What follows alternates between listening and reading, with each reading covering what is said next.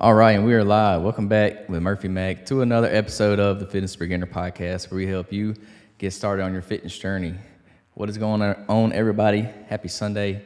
Hope you're all off to a great week if you're listening on Monday. But we have a guest joining the podcast today for a little interview. We have Mr. Aaron Hines joining the podcast, and we're going to bring him up on the screen now. So Mr. Aaron Hines is a personal trainer. Is that right?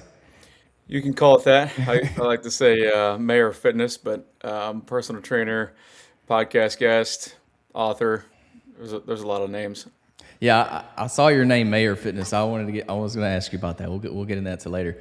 But what I'm going to do is tell you a little bit about the podcast, and kind of what we do is it's called the Fitness Beginner Podcast. So the whole idea is just to help people get started on their fitness journey. Try to help people with kind of the basics of things, and then try to help keep people motivated. Because motivation comes and goes. So we do like that, and then I like to have people on. We do interviews like this, and then we'll talk deeper into more specific topics and things. So we love having guests on to talk more about certain areas of fitness. So that's pretty cool. That's a little bit about us and the podcast. So if you would, just kind of give everybody a gist of who you are and what you do. Yeah, so my name's Aaron Hines. My gym is in Brentwood, Tennessee, but I live west of Nashville.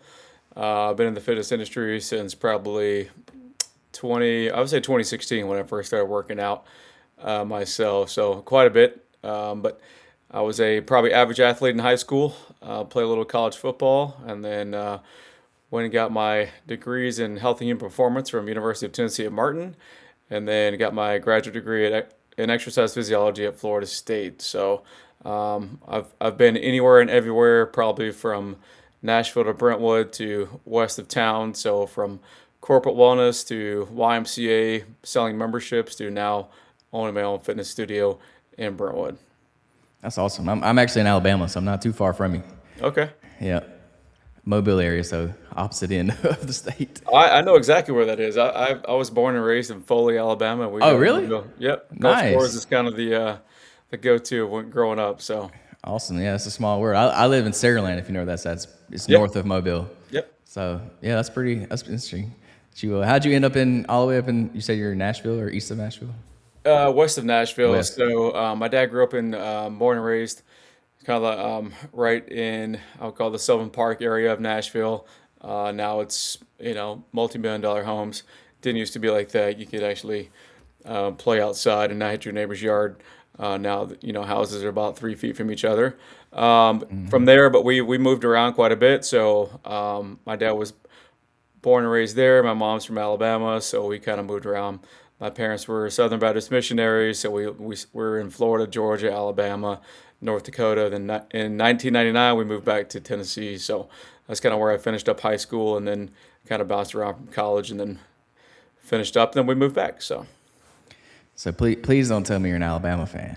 I'm a Florida State fan. Okay, that's cool. That's cool with me. I'm an Auburn fan, unfortunately. I'll pray for you. Hey, somebody's got to root for them. So I'll take one for the team on this one. Yeah. Where'd you play football at? So I played at a small school.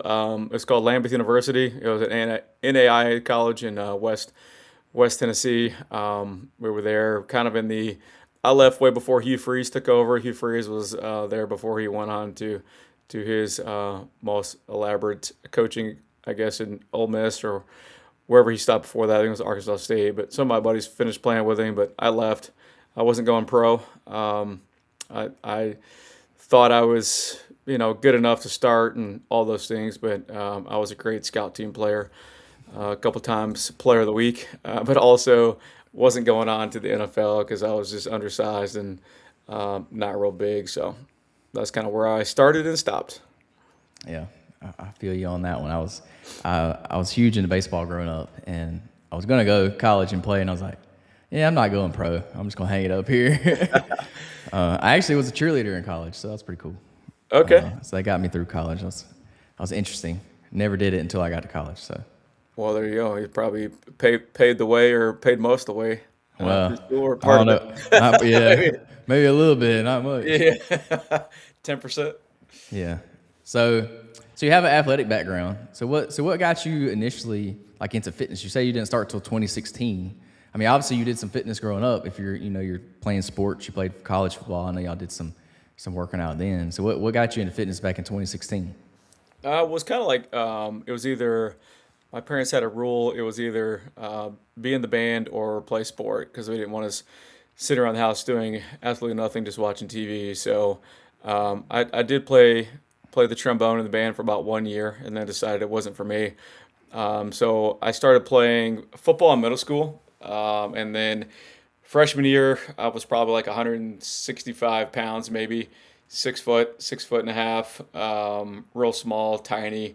Played defensive end and a little bit of offensive line, but um, it was more or less just like I want to start, I want to do this, I want to actually go to college and play. So I started like everybody else, walking into the field house, not really knowing what to do or what to lift. And one of my buddies kind of encouraged me to work out with him, even though he was, I would say, 3 to 4 times bigger than me and also a lot stronger. So as I was lifting just the 45-pound bar, he was repping out 225. So that's kind of where it started. Got to start somewhere. So that's where it started, and then really got into it working out with a former bodybuilder who back in the probably the 80s or 70s, his son was on the football team. So we spent a lot of time doing squats, bench press, deadlifts, about 2 to 3 days a week, and that's kind of where my love of fitness and just getting stronger and just feeling that like the soreness. A lot of people don't like the soreness, but that kind of always made me feel like I did something right or I was on the right track. So that's kind of where I started back then. So got to start somewhere. So why not the grungy old nasty field house of your high school? Yeah, it's kind of similar to me. I started playing sports. That's why I started working out for sports. You got a few more inches on me. So when I was freshman, I was about 100 and like 30 pounds soaking wet. I'm about 5'9" though. I'm a little bit shorter. So Okay. I was tiny, and when I started working out, I started getting stronger immediately because you get the newbie gains at the beginning. So I Oh got yeah. stronger. I put on a little bit of size, and I was hooked. I was hooked from the get go. When I realized I could get bigger and stronger, I was all in at that point. I never looked back. I've been doing it ever since I was a freshman in high school, and I still love it. I mean, it's fun, and it was one of those things where you don't know what you don't know until you started seeing those kind of incremental gains. But one thing, as far as an athlete, stood out for me is the guy I worked out with. His name was Mr. Collier, and I always had the dream and ambition of being a really good offensive lineman. So being 160 pounds, you'd think I'd be a receiver or maybe a linebacker. I was too slow for that. So he always said, "Go out and buy you a double X shirt and then just grow into it." And I was like, "Why would I do that? I don't want to wear a baggy shirt when I work out." But its whole point is you got to grow into it. You got to put the hard work. You got to eat right. You've got to do all those things to be the offensive lineman you want to be. So, I mean, he was right. I think my freshman year, I was in a size 40 pants waist because my legs were so big they couldn't fit into anything smaller than that, even though my waist wasn't that big, but also a double X shirt sitting at 6'1", 240. So I was wide, I was slow, and I was probably not mobile just because I worked out with a bodybuilder. but but it worked out. So you were a lineman in college too? Yep. So I played. That's probably all I played. I played offensive line all the way to high school, middle school, 2 years of college, and I did a little bit of like defensive line. But that was kind of like I was trying to do a position change to hopefully stick it out and make my career change there. But it was short lived. It was only for spring ball, and then I transferred out.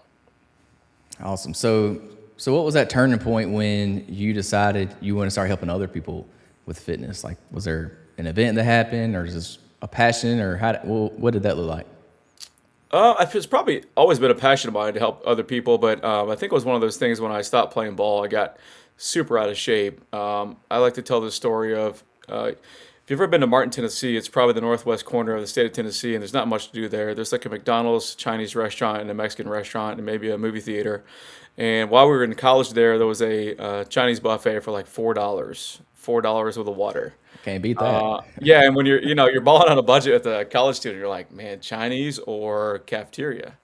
Cafeteria food was great, most days, but I found myself eating 4 to 5 times probably the sodium intake I needed, but also eating the Chinese buffet more than I probably needed. So it was more or less I gained a ton of weight. I mean, I was up to almost 270 pounds before I had to make probably I'll say a drastic decision, but if I'm going to help other people, I've got to either look the part, be the part, and kind of walk the walk, talk the talk. So I dropped probably 45 pounds over that next year and just decided, it was up to me. If I can do it, I can help other people do it. And kind of the rest is history on that. Yeah. So what is you said you own a gym. What is is it like a personal training studio? Is it like a public gym? What does that look like? Yeah, it's private training. We do small group personal training, 4 to 6 adults at one time. We cater to the 45 and up population, mainly those who are really been to every other gym in town, who don't like large crowds, who have gotten hurt, injured, stay injured, and just looking for a path to longevity. That's kind of where we step in for that. But that's just kind of 70% of what we do. On the back end of that, the other half, 30% or back into that as we work with sports performance. So third grade up to high school, college. We've had a few in and out of pro, semi-pro, and then retired pro athletes. So that's what we do. It's appointment only. It's not a big box gym. I would say it's nice and quaint. You don't have to be. You're not going to be starstruck if you are a celebrity. Walk in there. You're not going to be. Paparazzi's not going to pull up. You're not going to be. People are going to be asking for autographs and things like that. Just being in the Nashville area. So, but we run that at probably on the hour every hour. Like tomorrow morning, Monday, it'll be 7:30, 8 o'clock, 9 o'clock, 10 o'clock, 11 o'clock, and then we'll go 1 o'clock homeschool. Then we'll go 3:30, 4 o'clock, 5 o'clock, 6 o'clock. So it's a good mix from general population, and our youngest client's probably 45, 50, and our oldest is 77. Awesome. Now, you said you do classes of about 4 to 6 people. So why the small groups? Do you just like small groups? Do you think they work better? How would you compare them to personal training, like one-to-one training? Why did you settle on the 4 to 6 size class? So I did one-to-one training for a long time, and it ate up my hours. But I mean, people, trainers in general, I mean, they love one-to-one training or one-on-one training, which is great. I find it to be more beneficial for those who are maybe more intimidated or don't like large crowds, large being 6 people, or just want to have that one-on-one attention. Probably when I first started, it was eating up tons of hours. So you only have 8 to 12 hours probably to train a day, and I was just one person every hour, every hour, every hour, and I was like, I got to make more money. I'm stuck where we are here. So if I can make 150, $200 an hour, we're gonna stack them and pack them, 4 to 6 people. But the beauty of that is you're still getting very, very similar one-on-one training. Everybody's doing a workout catered specifically to them in that group setting. So it's not like we're all doing the same thing. I like to say everybody's doing the exact same thing. That's called group fitness. We're not group fitness. We're small group personal training because it's individualized and it's personalized for you, but we're just working out at the same time. Yeah, I like that. How it's not a class. Like you're not all doing the same thing. You're still personalizing it. I was just curious as to what you found the difference between like one-on-one training versus group training. So it sounds like obviously for you as a trainer, it works better in a small group.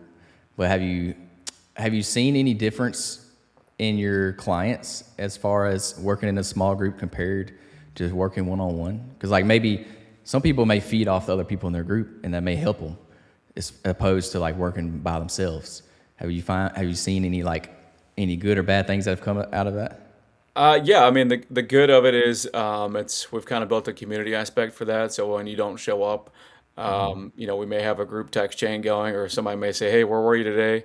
And when you come back, if you miss a day, you come back the next. Everybody's kind of wondering where you were, make sure everything's okay. But it's also we have those specifically in our 9 o'clock on Monday, Wednesdays, and Fridays. We're trying to push each other. We know they can do a little bit more, so it's just a little bit of a nudge. Some of it's a little bit of sarcasm, but it's also we like to joke around and have fun too. So pushing them, make sure they're reaching their goals, but also just having fun with it.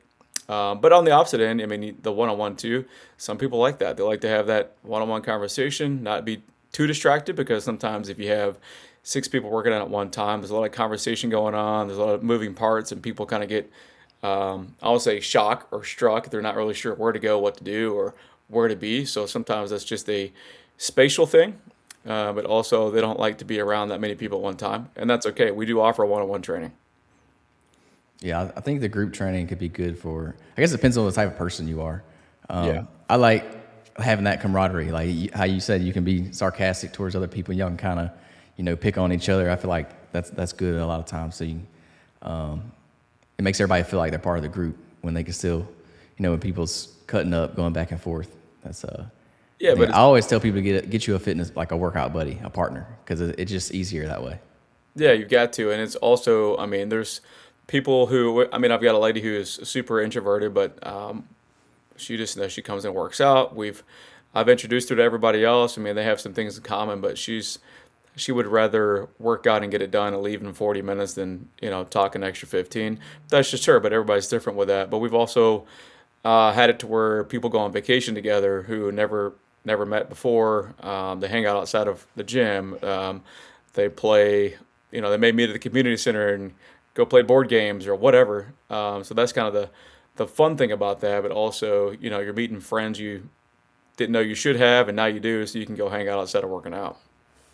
Yeah, there's definitely a big community aspect of fitness as well. It's not just about you. I mean, at the end of the day, it's all about you, but there is a Yeah. community that comes along with it, which I like. I like that a lot. That's like I have a whole like garage gym set up in my garage, and I love it. It's perfect. Like I can do whatever I want in there. But like for some reason, I still like to go to the gym and work out at the gym, Yeah. just because it's just the community. Like I like being in there around other people.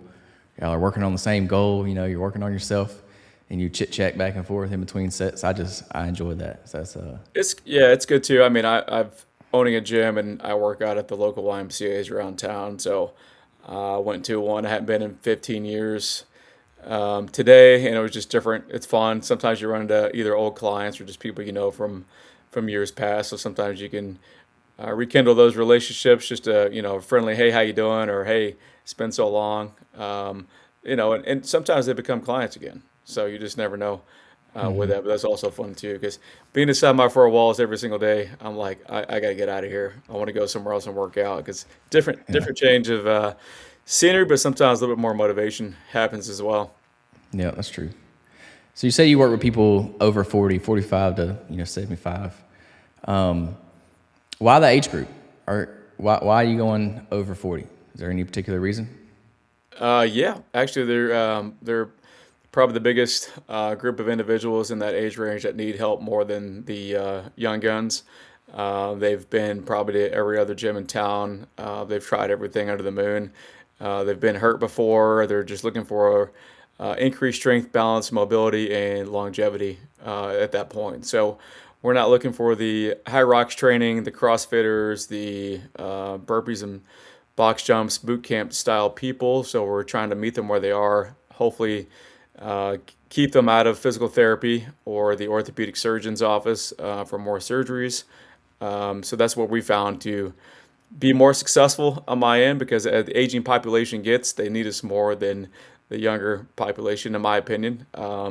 Most of them get to a point where they stop doing and then they become immobile, they lack strength, their balance, everything just kind of goes downhill. So we're just trying to revitalize that vigor as far as getting them back in shape so that way they can travel, they can do things around the house, they can do yard work more independently. So that's what we found to be the most successful as far as our community and my gym. So you mentioned a few styles of training there. What kind of style of training would you say that you normally do with your clients? Like you Man, mentioned some mobility stuff. You said you don't do the box jumps and burpees and stuff. It's like yeah, what's the kind of like your training philosophy that you use? yeah, you could probably call it kind of a mix of uh, I'm trying to say it. It's not really endurance, just more. I call it longevity training. I mean, that's just Mhm. increased strength, progressive overload, a little bit of like pre and post orthopedic movements, and cardiovascular exercise. So you can call it kind of a hybrid mix, but it's not one catered to the other. That's what we found that works best.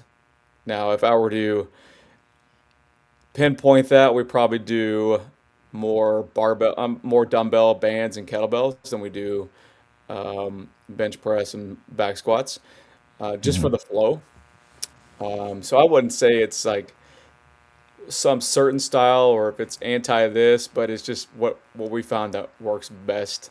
We can get your heart rate up. We can, get you on the verge of maybe walking over to the trash can and puking, but we're not gonna get to that point. It's just none of our clients like that anymore, but it's also we can also increase the strength, grip strength, and movement that way without having to be too over the top. Yeah, I think the most important thing is just for every age group, in my opinion, is just building strength. Like you mentioned, you want strength training is huge. No matter what that strength training looks like, it looks different for a lot of people.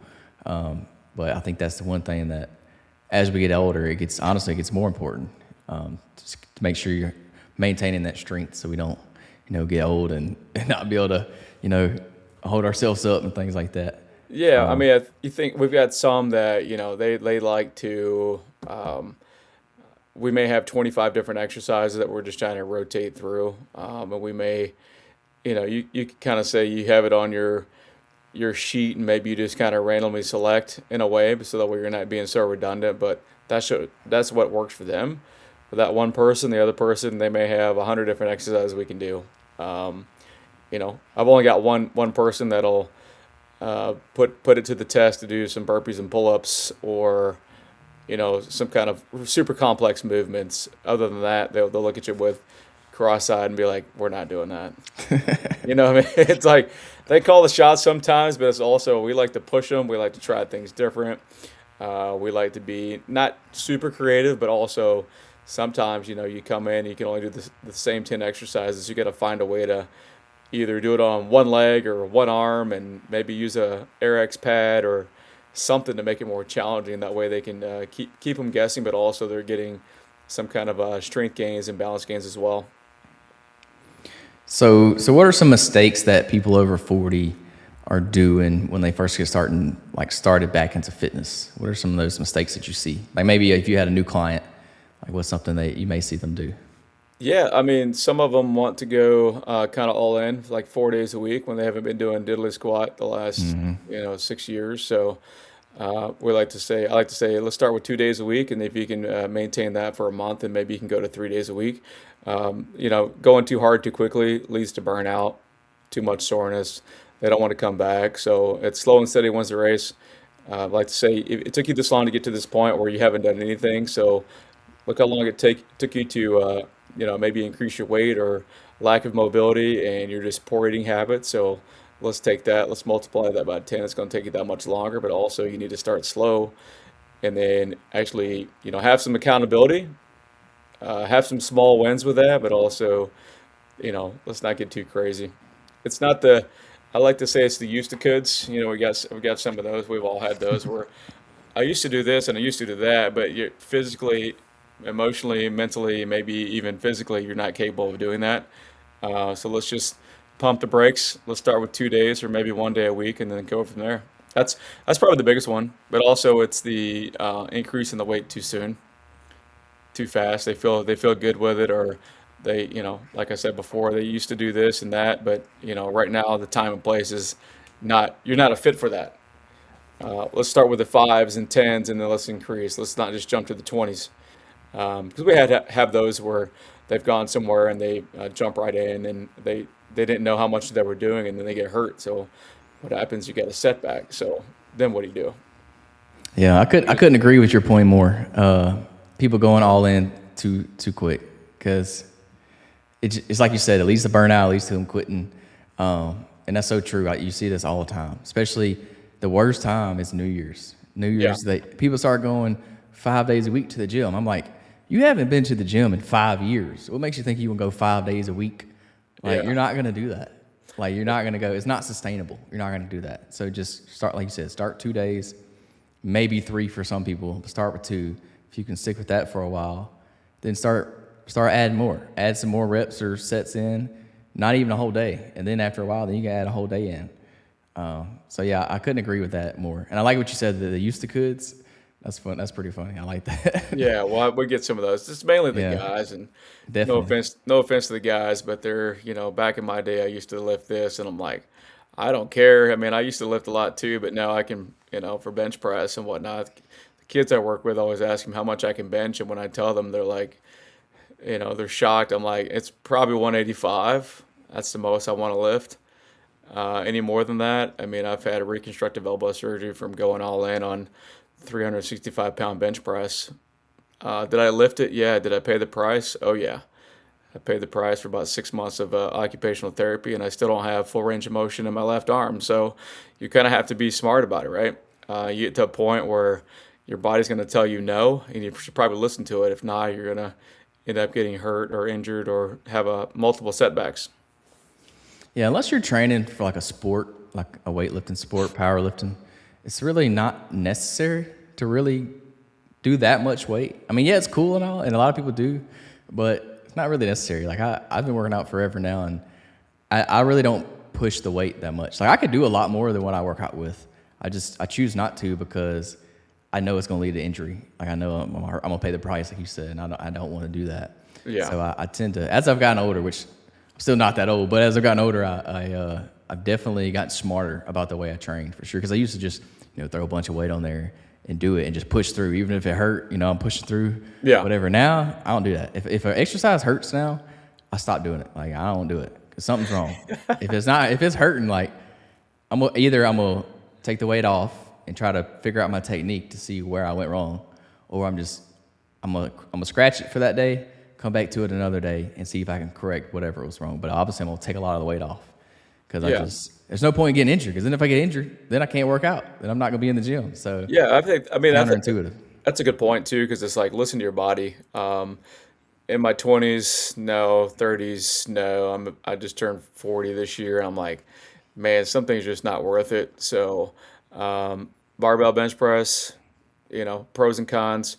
I love it, but do I need to do it? Probably not. So I just do dumbbell bench press for 40. I may go 15 to 30 reps if I can get those in each set. Then maybe I go up, but it's just not worth the cost at the end of the day, because it feels good when you're doing it, but it's the 3 days later that you can't move your shoulder, or you hurt your back or you lifted too much.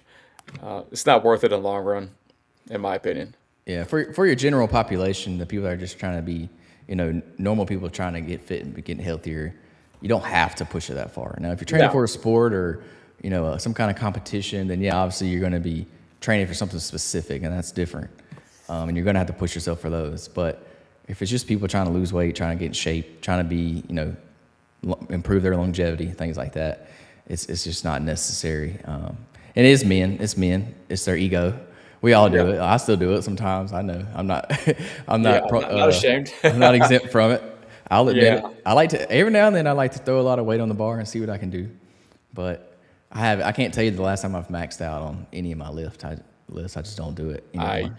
I think I did squat Tober last year, and I hit, I don't even know, 315, and I thought I was gonna pass out. When that used to be like easy repetition.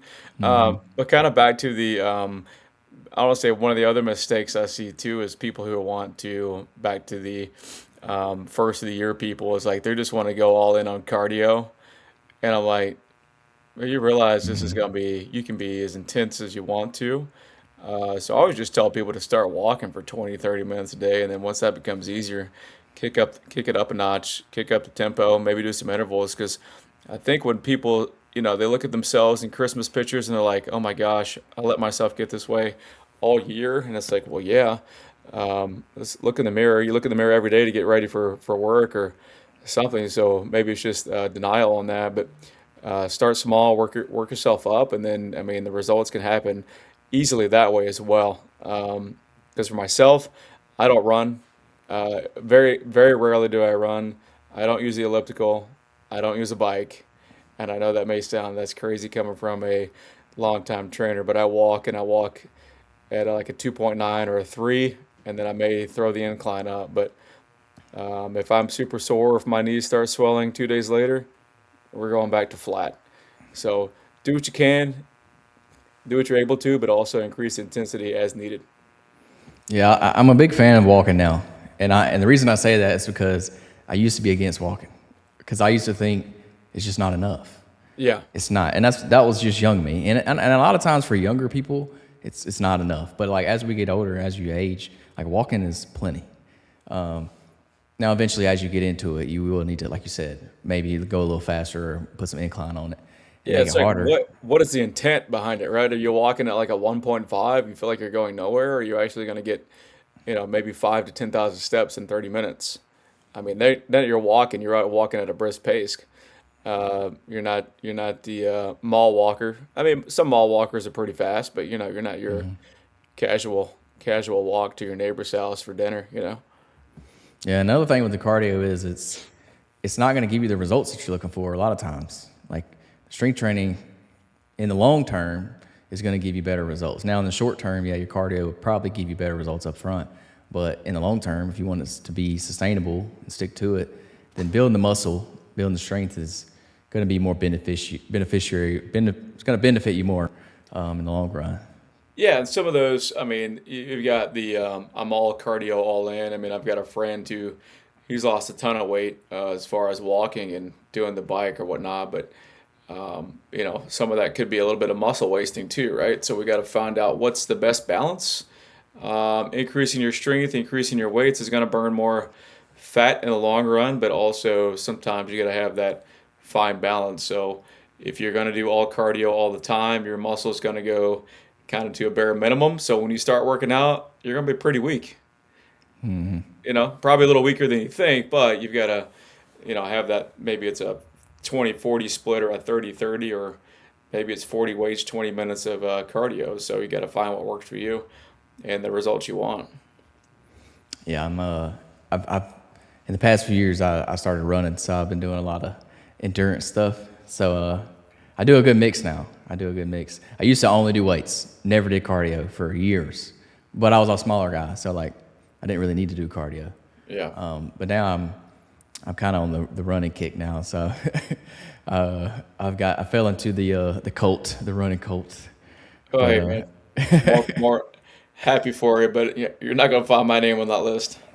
yeah, to me it's more like it's kind of like a mental challenge. Like I like to, it's kind of like meditating almost. You get out there in a long run Yeah. and you get to kind of think through all your thoughts. It's kind of like a meditative in a way. So that's why I enjoy it. So I like to do that now. But I still love weightlifting. Like weightlifting is my background. I still love. Never going to give up weightlifting. I like doing a good mix of both. Yeah, I think for me, it depends on the day. Like, I may walk for an hour, but I'm walking at a 3.0, but I'm also on my phone responding to text, emails, and things I couldn't get to being at the gym. So sometimes it is kind of like your meditative place. I can get more stuff done on the treadmill, walking or what have you, even sometimes calling people back or whatnot. Probably not the most ideal, but it's what works for my schedule. And then usually it's only about 30 to 40 minutes of weights. I cheat. I use an app called Shred. It's an AI app. I pay for, I think, for the year, and you can mix and match whatever you want to do. So if you're feeling real good and you want to do some cross training, it's gonna kick your butt for 30 minutes. But I usually do like kind of a mix of 2 to 3 sets. Um, Depends on. Sometimes it's more isolative. Sometimes it's a full body. But that works for me because I hate writing programs. I've been doing it for 25 years, and I'm not gonna write my own, so might as well use the app. Yeah, I find myself using ChatGPT sometimes to write, come out on. I don't do any personal training, so like I just do it for myself. Like if I'm doing a race or something, I'll use it to create a training plan for my race. Yeah. So it's actually really good. I found it really good. It works for if you're the type of person that can take a plan and follow it, then it works good. But if you're the type of person that you got to have somebody there to hold you accountable, it's not going to work for you. Yeah, and that's You're that's not going to do it. that's 90% of people, right? It's like Yeah. the whole, hey, I want to lose weight. Can you give me a meal plan? And I'm like, yeah, I'll do it. It's I'll, just a I'll waste give of you. money. You're wasting your Yeah, and then money. and then what happens 2 weeks into it? You're like, have you looked at your meal plan? Nah, half the stuff you put on there I don't eat anyway. So yeah, probably not gonna do that. I was like, oh, that's great. Yeah. That's what a waste. Yeah, I've had people have asked me to do it too, and I'm just like, yeah, I could, but one, you're probably not going to follow it, and two, you can just go to ChatGPT and write you one for, as many as you want for free. Like, Yeah, or it's too difficult, right? It's like, yeah, yeah, this really sounds good, but I really want some like Taco Bell. It's like, it's well, and that's it's why hard. you're in the same boat. Yeah, and it's hard to write a meal plan for people because, like you said, everybody eats different stuff. Like people Yeah. like different things, they eat different things. I remember it was such a shock to me. 2 years ago, I did a bodybuilding show, and I hired a coach, and he wrote out my meal plans, like every meal, every like ounce, everything, like to a T.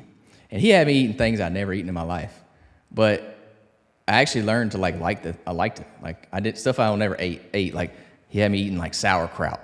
I Oh never ate God. sauerkraut in my life, but I Yeah. like it. Like it was good. The way we mixed it up, it was good. I mean, he had me eating like ghee butter and stuff. Like I never eat that, and I never eat it in a sense, but it was good. Like, so I actually found that it worked for me. I was eating stuff that I would have never ate otherwise. Do you regret it? That's the question. Doing the bodybuilding show, Mhm. I don't regret it, but I will say, out of all the events I've done, it's the hardest one I've done by far.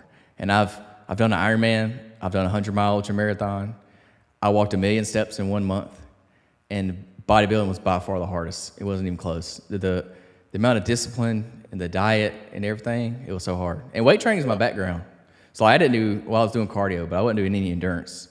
Like I wasn't doing any running, biking, and swimming, none of that. All I did for cardio was incline walking on the treadmill, and I did the Stairmaster. But it was at like a walking speed, not like running or anything.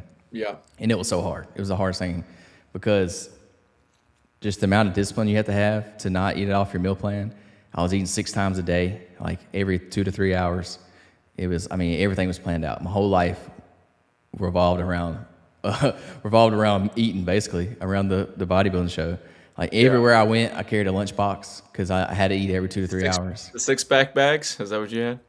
Remember those? Nah. You remember the six pack bags? It was like the bodybuilding. You could put all your, Oh yeah, I know you you're could talking about. unzip it and put all your shakes in the side of it. Yeah, I worked with some people who were that, and I'm like, yeah, this is intense. I went all in. I just didn't do the bodybuilding show. I got the bags. I got the food. I ate every 4 or 5, 6 meals a day. But when it came to that water restriction, I was like, nah, I'm good.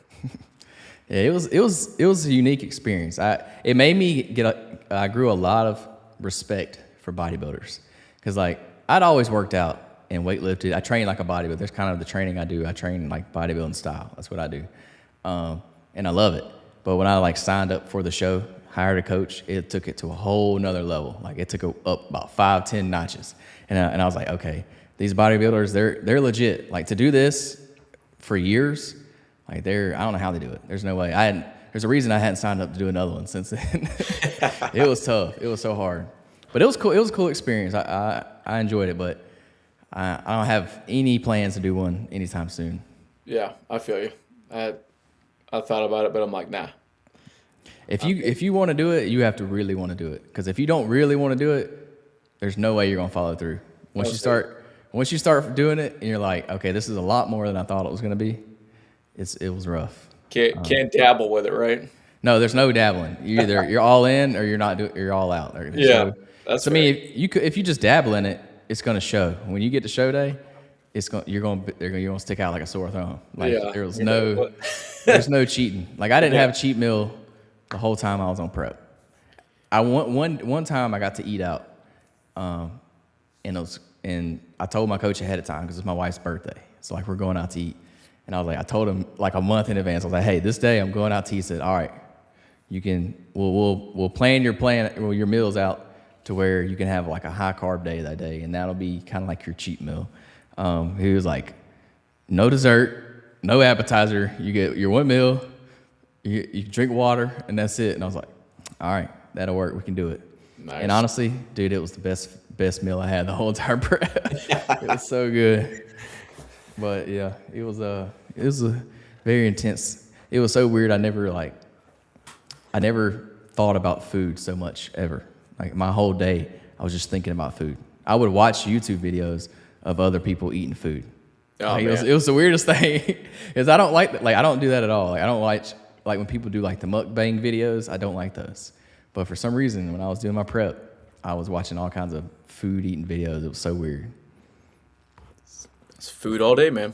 Yeah, being when you're starving, your mind will do some weird play some weird games on you for sure. Yeah, hallucinating a little bit.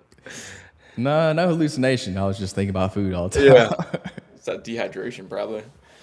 Yeah. So let's say somebody in their 40s, 50s, they have 30 minutes a day to work out.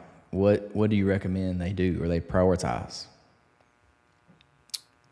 That's a great question. I always like to say, what do you have access to? It depends on what you have access to, but if you have access to some bands and small dumbbells, I mean, you can do probably 5 minutes of stretching, 15 to 20 minutes of strength, and maybe 5 minutes of interval cardio training with that. So it's what you like to do, what you have access to is kind of my main point on that. And you can also, if you only have 30 minutes, maybe you do that one day, and the next day you just go for a 30-minute walk, kind of alternate through. So you have a good cycle. Doesn't lead to burnout, but it also you can have some big wins as far as your strength, your balance, but also your cardio as well.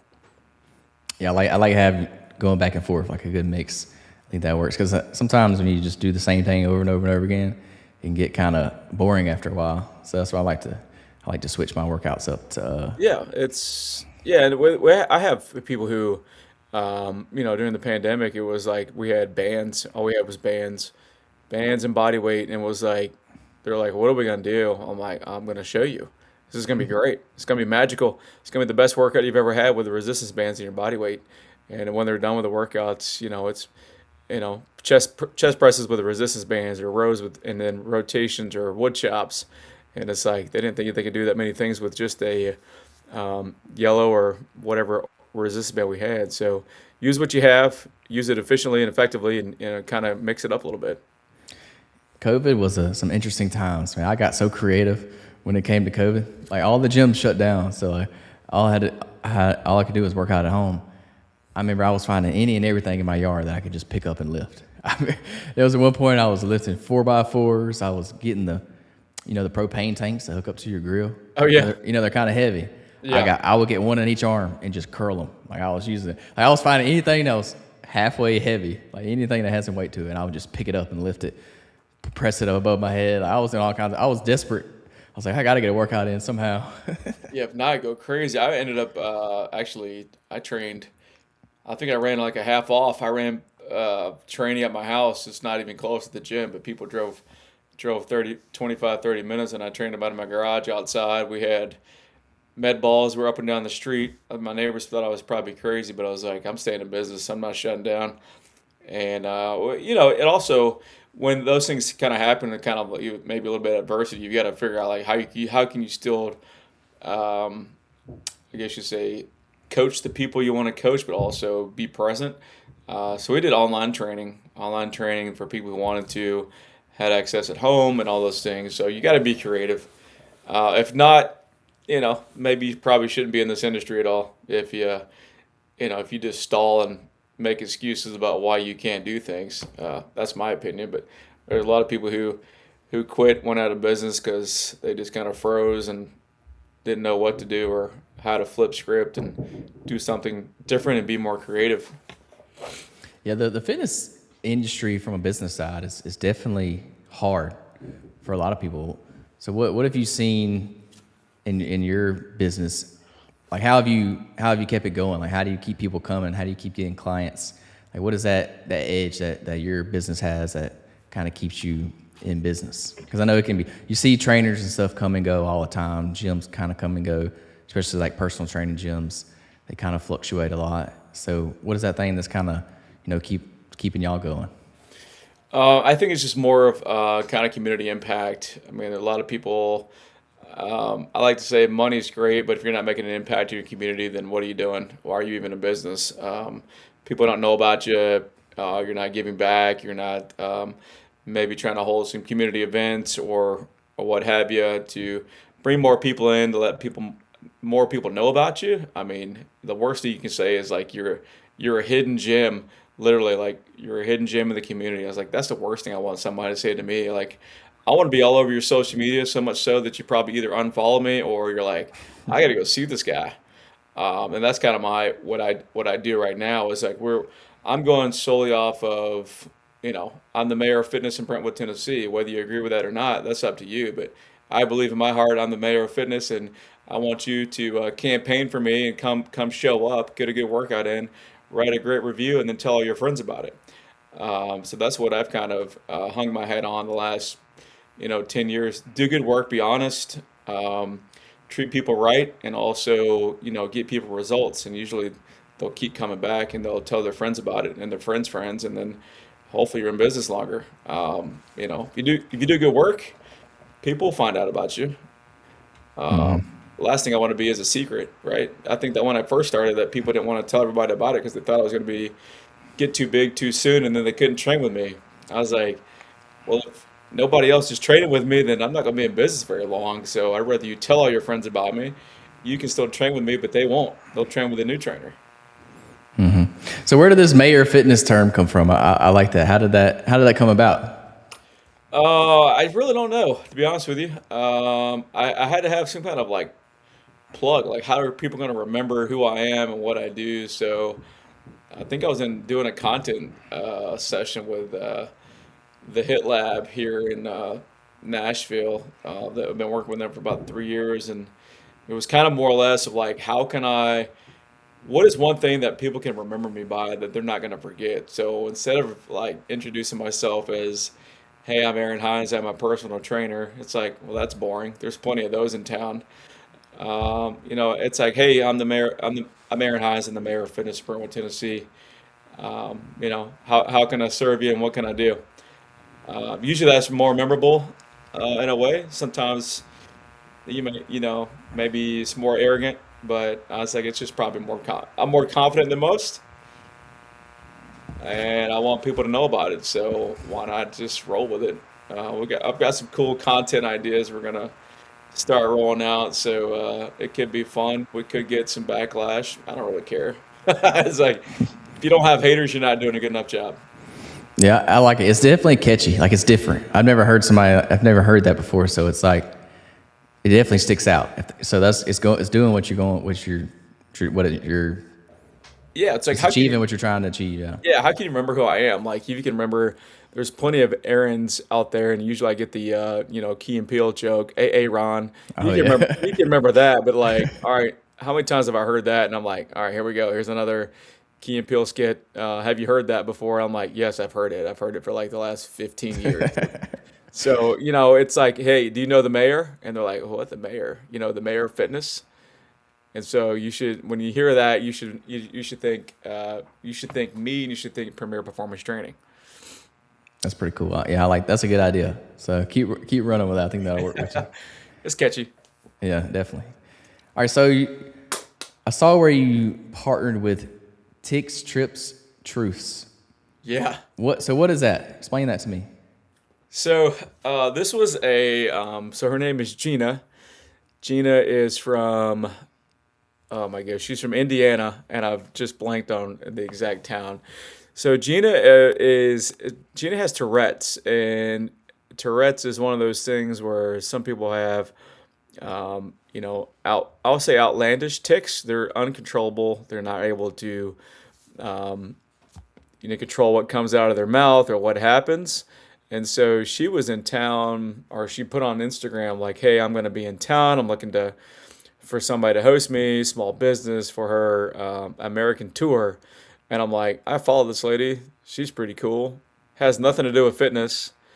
So I'm just going to reach out to her and send a DM. And within about 3 days, she responded back and says, "Hey, are you still interested in partnering with me? We'll do a meet and greet at your gym." And I'm like, uh, yeah, sure. Why not?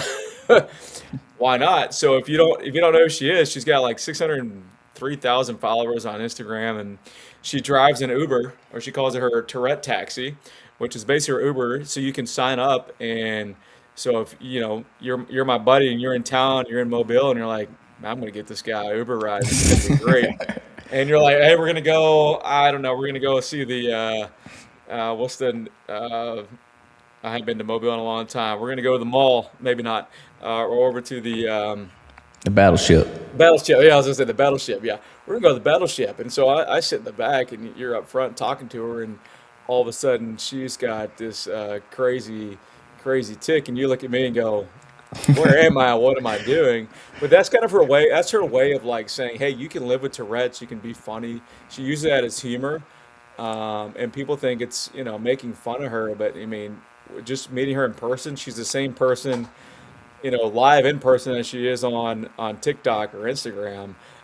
It's her way of spreading awareness of what Tourette's is, how you can still live with it. You can have fun. You can still have friends. You can do things that most people maybe wouldn't want to do because they see it as people are going to stare at them and they're different. But dude, we had a blast. I'd never been scared so much in my life just from being in the front seat having a conversation, and all of a sudden she's got that Xena warrior princess kind of I don't even know what you call it, like her battle cry, and she scared the heck out of me. But it was good. It was one of those things that I kind of say I shoot for the stars because you never know who's going to say yes to stuff, and she said yes, and fast forward a week later, I've had over 400,000 views on my Instagram, just for the sake of her content and us partnering together and sharing stuff on Instagram. So I would say you never know what you're going to get, and I didn't know either. I mean, we had 15 or 20 people come in, meet and greet, sit in the hot seat, which is her passenger seat, and take a ride. So we had a blast, man. It was great. That's interesting. That's funny that she does Uber rides. That's pretty funny. And she just makes content of her doing Uber. Yeah, she makes content. So like, I mean, one of the videos was one of my buddies, and his son was in the back seat, and she had one of her tick moments, and she turned to him. You think about back up a minute. You think when people with Tourette's are like they can't drive because it could be a little bit scary. Also, hey, she may be able to wreck. They're controlled ticks. They're not like some where you've seen people before where they physically can't drive or they're maybe more disabled, can't drive, can't do a lot of things. But she scared the heck out of him. He came up. He was buckled in, but he came up out of his seat and like jumped so hard, and his dad is laughing in the front seat. So you can do it. I mean, she said she had a couple bachelorette parties in the Uber, and she records it, man. It's one of those like kind of interesting things. You're like, why would somebody record this? But she said a lady who had narcolepsy riding the Uber. Also, another guy had Tourette's, and so it was like, oh my gosh, you have Tourette's. I've got Tourette's too. So it's like kind of that mutual bond of like spreading the awareness about what she has, but also just meeting all kinds of people all through the U.S. So we were the first stop on the tour. She was here for 3 days, and then I think she extends it here in the next couple of weeks, going all over the U.S. from the south to the east and up north, I think. Yeah, it's pretty neat. There's another girl that makes like Tourette content.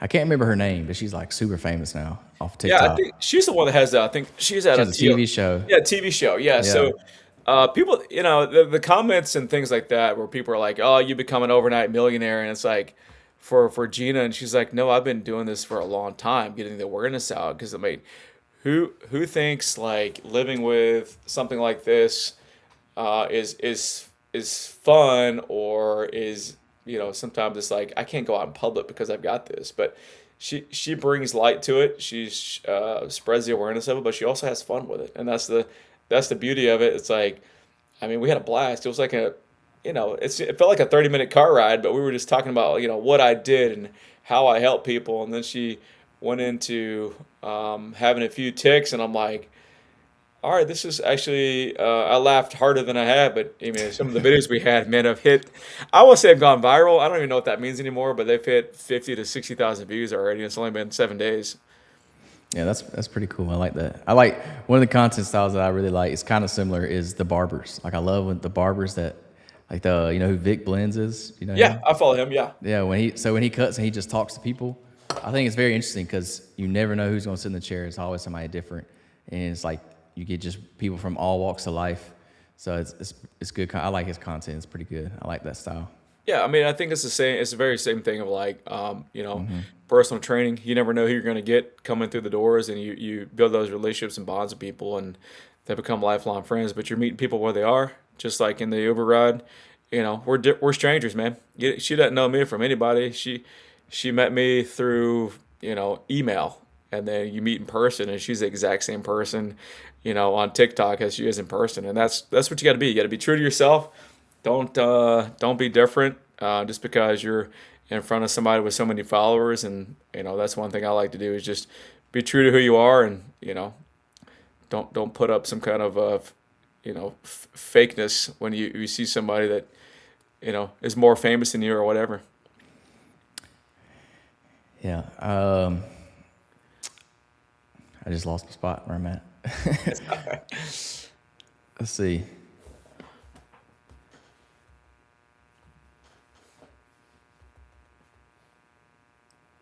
So okay, here, I'll ask you this. What's a fitness trend right now that you see that is overrated, in your opinion?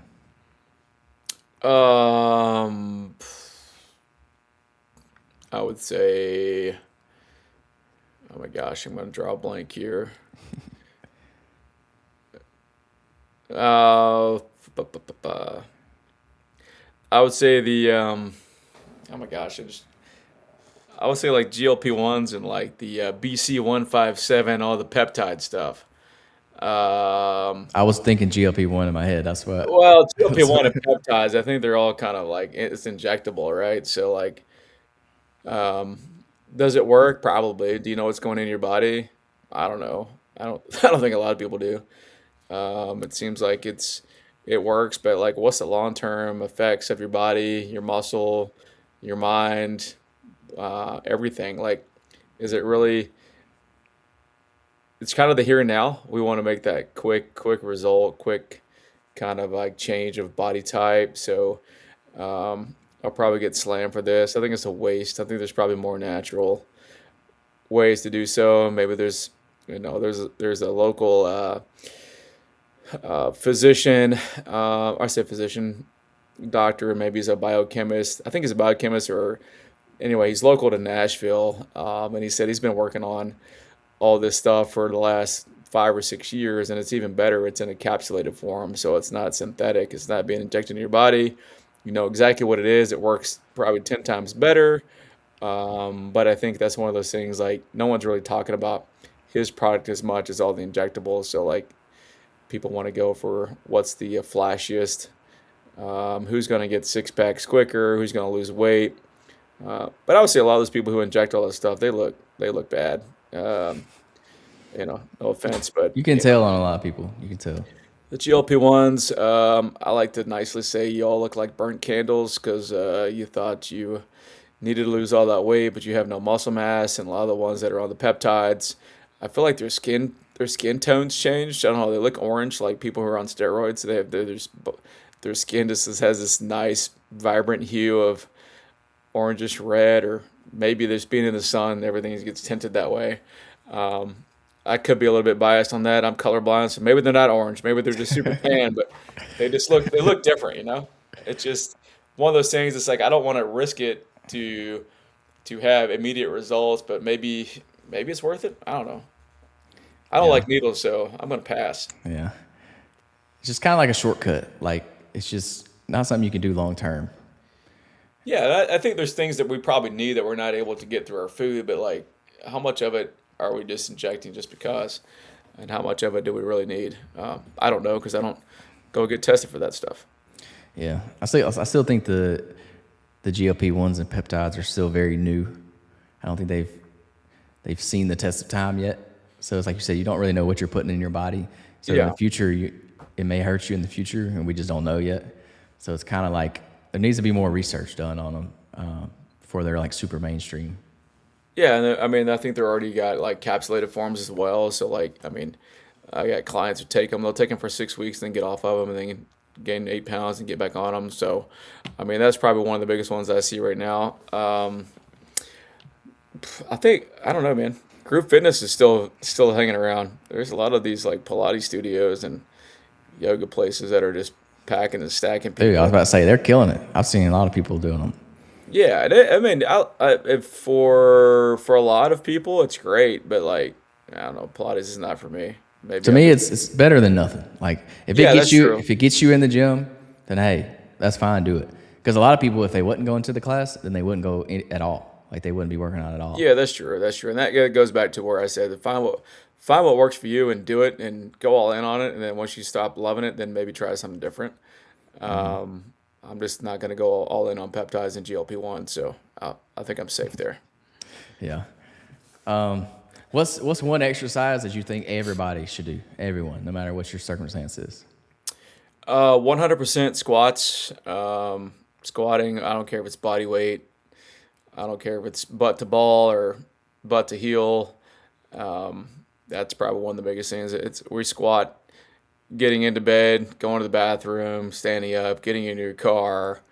Uh, I mean, if you probably tallied up how many times you go up and down a day, I don't know, probably 50 to 100 times, just without really thinking about it.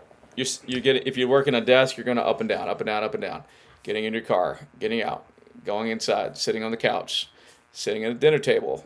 Uh, you know, I don't know if most people's beds are super high anymore, but you have to get to at least a 45 degrees knee bend to get in and out of bed. The list goes on. Getting in a tub, getting out, going to the bathroom, getting up, walking downstairs. I mean, you're still knee bending. So that would probably be number one. I mean, a close second's probably lunging. Yeah, I think I agree with you on the squat for sure. Squatting's so important. Like we do it, like you said, we do it all day, every day. And if you don't use it, you'll lose it. So I actually like to preach full range of motion, even on the squat. Like, Yeah. now obviously for some people you can't start there, but the goal should be to get there, full range of motion. Just because when we do sit in chairs, we do sit on things that are higher, so we're not getting in that deeper stretch a lot of times.